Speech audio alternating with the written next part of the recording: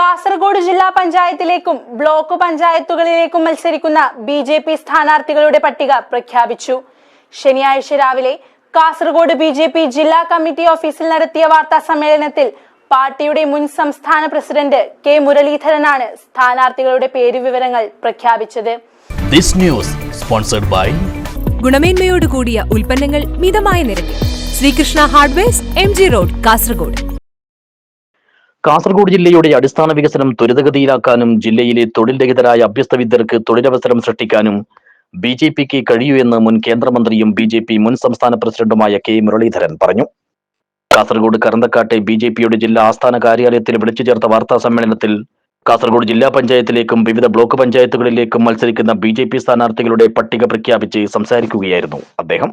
കാസർഗോഡ് ഇവിടുത്തെ ആളുകൾക്ക് തൊഴിലവസരങ്ങൾ സൃഷ്ടിക്കാനുള്ള ഒരു കാര്യമായിട്ടുള്ള ശ്രമവും സർക്കാരിൻ്റെ ഭാഗത്തു നിന്ന് കഴിഞ്ഞ കാലങ്ങളിൽ ഉണ്ടായിട്ടില്ല. വ്യവസായങ്ങൾ കൊണ്ടുവരാൻ, ആ വ്യവസായങ്ങൾക്കിലൂടെ ഈ പ്രദേശത്തെ ജനങ്ങൾക്ക് തൊഴിലവസരങ്ങൾ ഒരുക്കാൻ, ഇതിനൊന്നും വേണ്ടിയിട്ടുള്ള ആസൂത്രിതമായിട്ടുള്ള ശ്രമം ത്രിതല പഞ്ചായത്തുകളിലുള്ളവരോ സംസ്ഥാന ഭരണത്തിന് നേതൃത്വം നൽകുന്നവരോ ഗൗരവത്തോടുകൂടി ഈ പ്രശ്നത്തെ സമീപിച്ചിട്ടില്ല. ഈ അവികസിതാവസ്ഥ ചൂണ്ടിക്കാണിച്ചുകൊണ്ട് ഈ പ്രശ്നങ്ങൾക്ക് പരിഹാരം കണ്ടെത്താൻ രാജ്യം മുഴുവൻ വികസനത്തിൻ്റെ പാതയിലൂടെ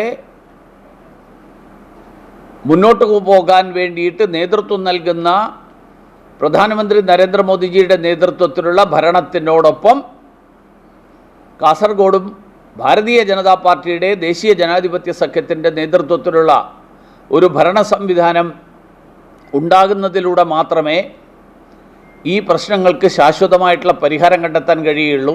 കേരളപ്പിറവിക്ക് ശേഷം 7 ദശാബ്ദം മാറി മാറി ഭരിച്ച ഇരുമുന്നണികളും കാസർഗോഡ് ജില്ലയുടെ ശാശ്വത പുരോഗതിക്കും അഭ്യസ്ത വിദ്യരായ തൊഴിൽ രഹിതർക്ക് തൊഴിൽ സുരക്ഷിതമുണ്ടാക്കാനും എന്തു ചെയ്തുവെന്ന് ജില്ലയിലെ ജനങ്ങൾക്കെല്ലാം അറിയാമെന്നും പറഞ്ഞ മുരളീധരൻ കാസർഗോഡ് ജില്ല രൂപീകരിക്കണമെന്നാവശ്യപ്പെട്ട് നടത്തിയ പ്രക്ഷോഭങ്ങളുടെ കാരണങ്ങൾ ഇന്നും ഈ മേഖലയിൽ നിലനിൽക്കുകയാണെന്നും അതിന് ശാശ്വത പരിഹാരമുണ്ടാക്കാൻ ബിജെപിയെ അധികാരത്തിലേറ്റണമെന്നും അഭ്യർത്ഥിച്ചു. കാസർഗോഡ് നടക്കാൻ പോകുന്ന തെരഞ്ഞെടുപ്പ് സംസ്ഥാന വിഷയങ്ങളോടൊപ്പം കാസർഗോഡ് ജില്ല രൂപീകരിക്കുന്നതിന് കാരണമായിട്ടുള്ള പ്രശ്നങ്ങൾ അതേപടി നിലനിൽക്കുന്ന സാഹചര്യത്തിൽ കൂടിയാണ് ഈ തെരഞ്ഞെടുപ്പ് നടക്കുന്നത്. കണ്ണൂർ ജില്ലയിൽ നിന്ന്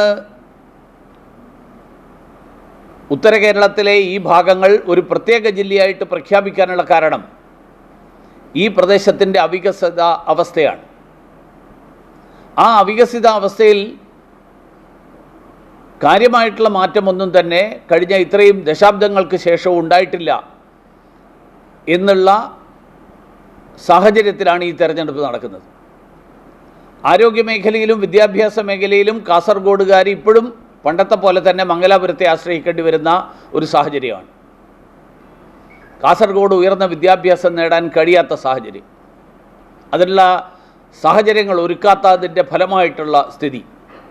കാസർഗോഡ് ജില്ലാ പഞ്ചായത്തിലേക്ക് കുഞ്ചത്തൂർ ഡിവിഷനിൽ നിന്നും വിജയകുമാർ റെയ്യും, പുത്തിയ ഡിവിഷനിൽ നിന്നും മണികണ്ഠ റെയ്യും, ബദിയടുക്ക ഡിവിഷനിൽ നിന്നും രാമപ്പ മഞ്ചേശ്വരവും, ദേലമ്പാടി ഡിവിഷനിൽ നിന്നും ബേബി മണിയൂരും, കുറ്റിക്കോൾ ഡിവിഷനിൽ നിന്നും മനുലാൽ മേലത്തും, കള്ളാർ ഡിവിഷനിൽ നിന്നും ധന്യ സുമോദും, ചിറ്റാരിക്കാൽ ഡിവിഷനിൽ നിന്നും KS രമണിയും, കയ്യൂർ ഡിവിഷനിൽ നിന്നും TD ഭരതനും, മടിക്കൈ ഡിവിഷനിൽ നിന്നും A വേലായുധനും, ഉദുമ ഡിവിഷനിൽ നിന്നും സൗമ്യ പത്മനാഭനും, സിവിൽ സ്റ്റേഷൻ ഡിവിഷനിൽ നിന്നും PR സുനിലുമാണ് ഇത്തവണ ബിജെപിക്ക് വേണ്ടി ജനവിധി തേടുന്നത്.